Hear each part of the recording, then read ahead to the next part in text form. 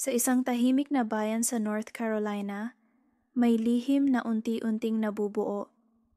Isang sikreto na kalaunan ay yayanig hindi lang sa kanilang komunidad, kundi sa buong Amerika.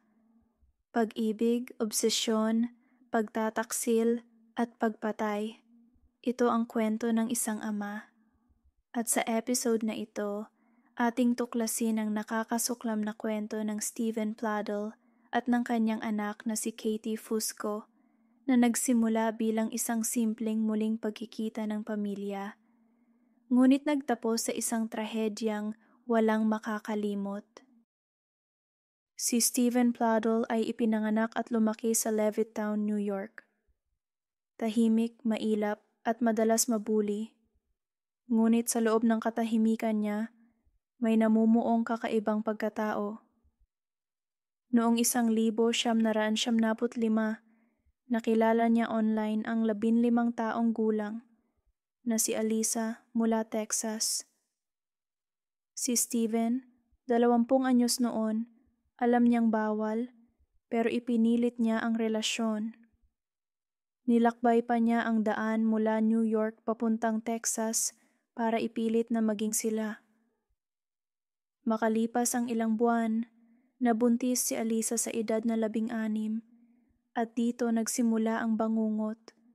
Dahil sa murang edad, hindi niya alam kung paano tatakasan ang lalaking unti-unti pa lang nagiging halimaw. Si Steven ay marahas, kontrolado, at may matinding galit. Inaabuso niya hindi lang si Alisa, kundi maging ang mga hayop sa paligid nila. Isang beses, sinubukan pa niyang ilagay ang kanilang sanggol sa cooler box para lang manahimik. Isang ina lang ang nakasagip sa sariling anak. Naisip ni Alisa na kailangan niyang iligtas ang anak sa kamay ng demonyong asawa. Kaya sa kabila ng sakit, ipinasa niya sa ampunan ang sanggol. Si Denise, na kalaunan ay pinangalan ng Katie ng mga bagong magulang, sina Anthony at Kelly Fusco. Sa ilalim ng pangangalaga ng mga Fusco, lumaki si Katie bilang masayahing bata. Mahilig siya sa sining, hayop, at pangarap na maging artista. Isa siyang cheerleader, at may mga plano para sa kolehiyo. Sa wakas, nahanap niya ang mundong puno ng pag-ibig, malayo sa kasamaan ng nakaraan. Ngunit sa edad na 18, nagsimulang magtanong si Katie. Sino ang mga tunay kong magulang? Bakit ako ipinaampon? At ano ang nangyari noon? Sa tulong ng Facebook, nakontak ni Katie ang kanyang tunay na ina, si Alisa. Sa wakas, nagkita sila. Magkahalong luha at tuwa ang bumalot sa kanila. Hindi alam ni Katie, ang ama niyang si Steven ay buhay pa at hinihintay siyang makilala. Nang magkita sina Katie at Steven, parang nagkaroon siya ng instant connection. Pero hindi ito karaniwang ugnayan ng mag-ama. Iba ang titig ni Steven sa kanya. Iba ang pagtrato. At mula rito, unti-unti nang napalapit si Katie sa isang panganib na hindi niya alam.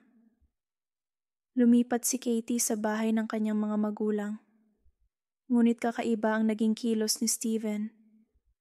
Nagsimulang magbago ang pananamit niya, nag-ayos ng buhok, at mas naging malapit kay Katie. Higit pa sa nararapat. Hanggang isang gabi, tuluyan siyang lumipat ng kwarto. Sa silid ni Katie. Doon siya natutulog gabi-gabi. At doon nagsimula ang ipinagbabawal na relasyon. Nang mabasa ni Alisa ang diary ng isa sa kanilang anak, nanlumo siya. Dahil nakasulat doon, si Papa at si Ate Katie ay magkasintahan. Nang kinumpronta niya si Steven, sagot nito, "Akala ko alam mo. Magkarelasyon kami. Nagmamahalan kami." At mas lalo pang nakapanindig balahibo nang malaman ni Alisa Buntis na si Katie sa anak ng sarili niyang ama. Tumawag si Alisa sa pulis, pero dahil parehong nasa tamang edad si Katie, walang agarang aksyon. Kalaunan, lumipat sina Steven at Katie sa bahay ng ina ni Steven sa North Carolina at doon sila nagpakasal. Sa mga larawan, kitang-kita ang tiyan ni Katie at sa paligid, mga taong nakangiti, parang walang mali. Isang kasal ng ama at anak. At oo, peke ang papeles. Mismong si Steven ang nagsinungaling sa dokumento para ito'y maging legal.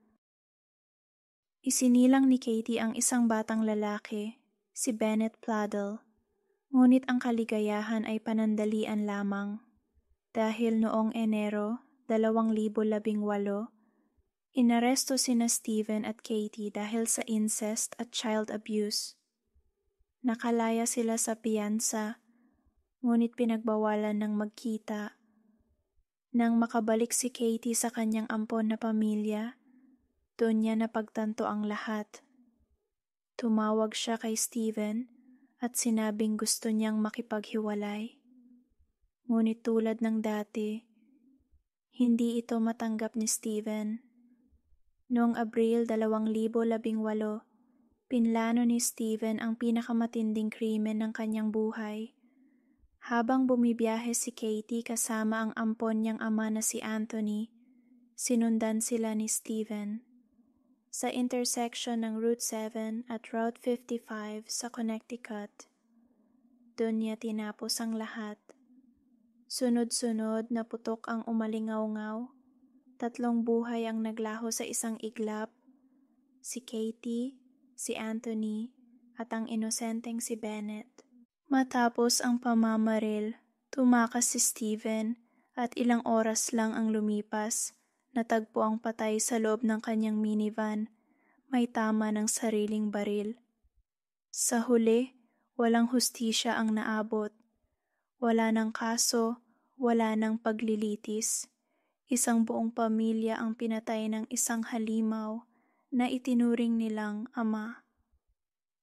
Ang kwento ni Steven at Katie ay nagpapaalala sa atin na minsan, ang mga tunay na halimaw ay hindi nakikita sa dilim, kundi sa loob mismo ng tahanan. At ang mga sugat na dulot ng ganitong kasalanan ay hindi kailanman maghihilom.